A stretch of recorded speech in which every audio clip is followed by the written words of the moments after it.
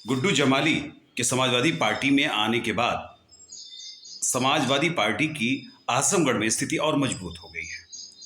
इससे पहले कुछ संशय था कि अगर गुड्डू जमाली खासकर बहुजन समाज पार्टी से उम्मीदवार बनते तो शायद सपा का कैंडिडेट भी ना जीत पाता और गुड्डू जमाली भी ना जीत पाते। बीजेपी का कैंडिडेट चुनाव जीत जाता, क्योंकि उपचुनाव में यही हुआ था। उपचुनाव में जब अखिलेश यादव ने ये आजमगढ़ की सीट छोड़ी तो धर्मेंद्र यादव यहाँ से चुनाव लड़े। बीजेपी से दिनेश लाल यादव निरहुआ और खासकर तीसरे उम्मीदवार के रूप में बहुजन समाज पार्टी से गुड्डू जमाली थे। लेकिन गुड्डू जमाली के आने से धर्मेंद्र की सेहत पर असर पड़ गया और बहुत मामूली अंतर से ये इस चुनाव में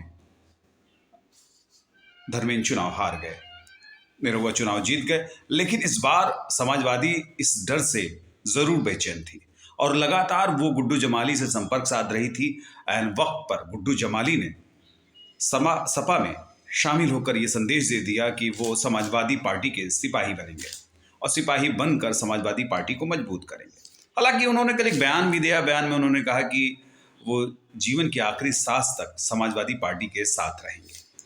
नेताओं के तो ये बोल होते हैं, लेकिन फिर भी गुड्डू जमाली की उपस्थिति ने पूर्वांचल में खासकर पासबांदा मुसलमानों में एक अच्छी पकड़ रखते हैं और खासकर जिस विधानसभा से वो आजमगढ़ जनपद के लड़ते थे, मुबारकपुर से, वो खासकर पासबांदा मुसलमानों की फहरिस्त में सबसे ज़्यादा विधानसभा में पासबांदा मुसलमान हैं और बुनकर मुसलमान हैं कि जो लगातार गुड्डू जमाली के संपर्क में थे। गुड्डू जमाली एक समाज सेवी हैं।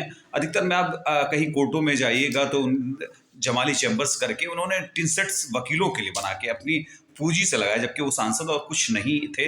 हालांकि वो दानी भी हैं और चुनाव हारने के बावजूद भी वो लगातार क्षेत्र में समाज सेवा में बने रहते हैं। कुछ ना कुछ उनकी उपस्थिति होती है। क्योंकि गुड्डू जमाली खासकर अगर बसपा के लिए एक बड़ा चेहरा थे और जिस तरह से बसपा में अतिरेक ये चल रहा है कि अभी उमाशंकर सिंह ने जो बसपा के ओनली वन विधायक हैं उन्होंने भी बीजेपी को वोट दिया। इसके बाद से स्थिति तो और साफ हो गई है कि बसपा को अब लोग निशाना लगाने लगे हैं कि बसपा बी टीम बनकर रह गई है बीजेपी की। इससे पहले भी अभी आज कांग्रेस के नेताओं ने भी कहना शुरू कर दिया, खासकर उत्तर प्रदेश के जो प्रदेश अध्यक्ष हैं उन्होंने भी सीधे तौर पर राय साहब ने भी कहना शुरू कर दिया है कि बीजेपी की बी टीम है बीएसपी। जब कांग्रेस ने ये कह दिया तो इसका मतलब है कि अब कुछ और बात आगे बढ़ेगी।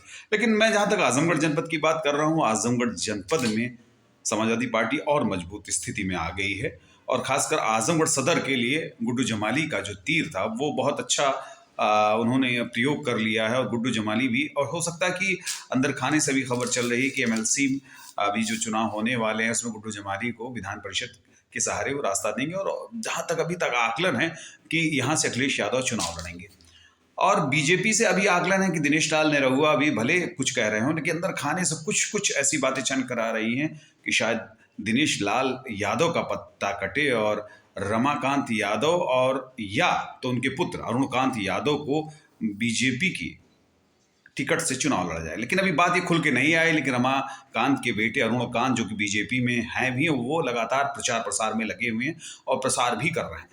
लेकिन अभी जो लड़ाई होगी वो अखिलेश की और मजबूत स्थिति की लड़ाई बन गई है। अब देखते हैं कि चुनाव के वक्त क्या होता है, कैसे क्या होता है। लेकिन खासकर आजमगढ़ सीट को अभेद बनाने की कोशिश में अखिलेश ने बाजी मार ली।